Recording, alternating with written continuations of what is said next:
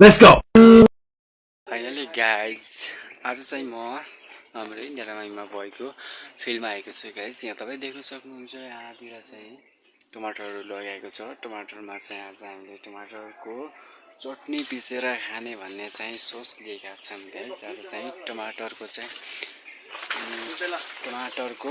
चटनी बनाएर खान्छौँ। यहाँ तलतिर देख्न सक्नुहुन्छ केटाहरूले चाहिँ साग टिपिरहेका छन्। त्यसै गरी यहाँ उपेन्द्र भाइ छ गाइज, हेर्न सक्नुहुन्छ।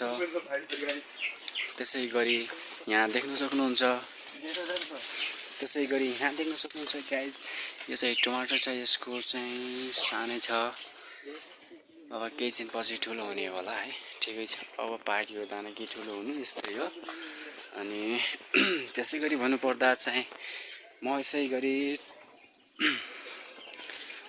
यसै गरी यहाँ यो नेरामाको फिल्डमा चाहिँ 2-3वटा टनलहरू रहेका छन्। म पार्ट 1 पार्ट 2 भनेर हाल्छु गाइस। सबैले हेरिदिनु होला, राम्रोसँग साथ सपोर्ट गरिदिनु होला है। लाइक कमेन्ट सेयर के हुन्छ सबैले गरिदिनु होला है त। ल धन्यवाद, ओके बाई।